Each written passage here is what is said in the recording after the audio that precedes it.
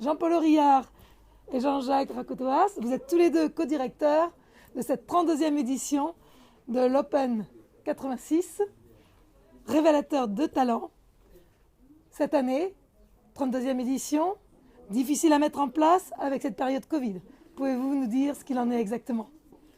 Bien, disons que le problème, c'est que nous avons été arrêtés à la vraie 32e édition qui était en mars 2020, 3 jours avant le tournoi.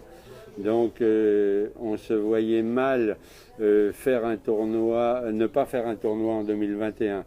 Bon, nous espérons une belle édition 2021. On espère, bien sûr, dans des conditions très difficiles. Mais j'ai un très très bon retour de tous les joueurs qui nous remercient de le faire. Ils sont soulagés que nous le fassions parce que quand même on sait que si nous ne faisons pas ce tournoi, nous privons des professionnels de travail, ce qui est quand même pas normal alors que le sport professionnel a le droit d'exercer. Alors c'est vrai que pour mettre en place ce tournoi, vous avez besoin de partenaires. Nous le savons cette année. Avec la période Covid, les sponsors privés se font beaucoup plus rares.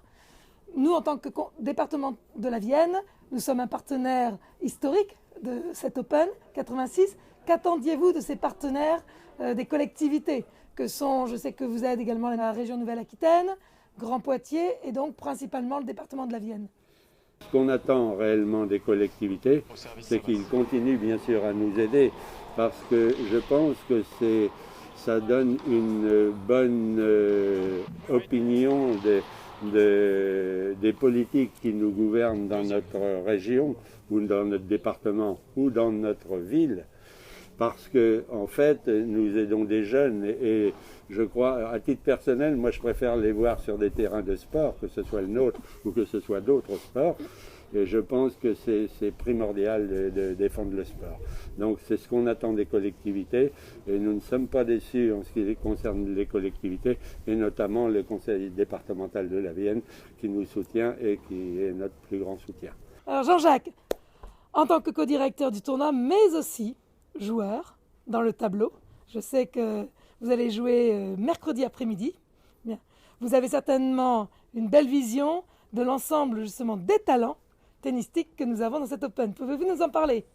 Alors le premier talent, ça va être le jeune israélien qui sera aussi du coup tête de série numéro 1. C'est l'Essem Edan, il est classé 391 mondial, il a 20 ans. Donc il est passé numéro 1 israélien là, donc c'est un jeune talent qu'on verra très bientôt, d'ici 2 ans, parmi dans les top 100 sans doute. Et après on a Ryan Rouman qui est ancien vainqueur des petits as, l'étape où tous les professionnels dans le top 100 ils sont tous obligés de passer par là. Et il a gagné ce tournoi-là et il est ici avec nous pour cette année. Comme vous venez de le démontrer, nous avons des joueurs, des jeunes joueurs internationaux. Il n'y a pas que des Français. Pouvez-vous nous dire quel est le meilleur Français classé qui va faire partie du tableau et puis à quel niveau se situe cet Open vis-à-vis de l'ensemble des tournois internationaux? Oui, alors donc là, comme Français, on a Ryan Rouman qui sera le premier joueur français, comme je disais tout à l'heure. Mais en ce qui concerne la place de l'Open au niveau du tennis mondial, c'est ce type de tournoi en fait, c'est leur premier pas, premier point pour passer dans le classement ATP. Et là on a vu ces dernières semaines, on était un peu embêté avec Jean-Paul Aurillard pour les invitations, le World Track, parce qu'il y avait le Krebs qui demandait aussi si quelques talents là-bas pouvaient participer. Il y avait des jeunes de la Ligue aussi. Donc heureusement qu'avec la fédération, on arrive à très bien collaborer. On a pu caser tous les joueurs, que ce soit du Krebs, que ce soit de la Ligue ou de la fédération. Donc voilà. Il faut savoir qu'au départ, ces tournois futurs ont été faits parce qu'en France, la fédération à l'époque avait regardé et trouvé qu'il y avait beaucoup d'Espagnols dans le top 100 et ils se demandaient pourquoi. Et ce sont ces tournois qui permettent d'acquérir les premiers points qui ont permis à ces jeunes de grappiller des points et de se retrouver devant toutes les autres nations. Donc c'est comme ça qu'est né en France le tournoi qui était un tournoi satellite au départ et ensuite qui est devenu tournoi futur.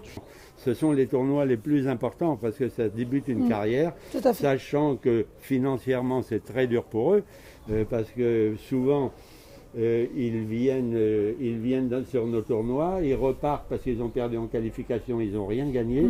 Maintenant, à partir de cette année, on perd au premier tour, on a quand même un peu d'argent.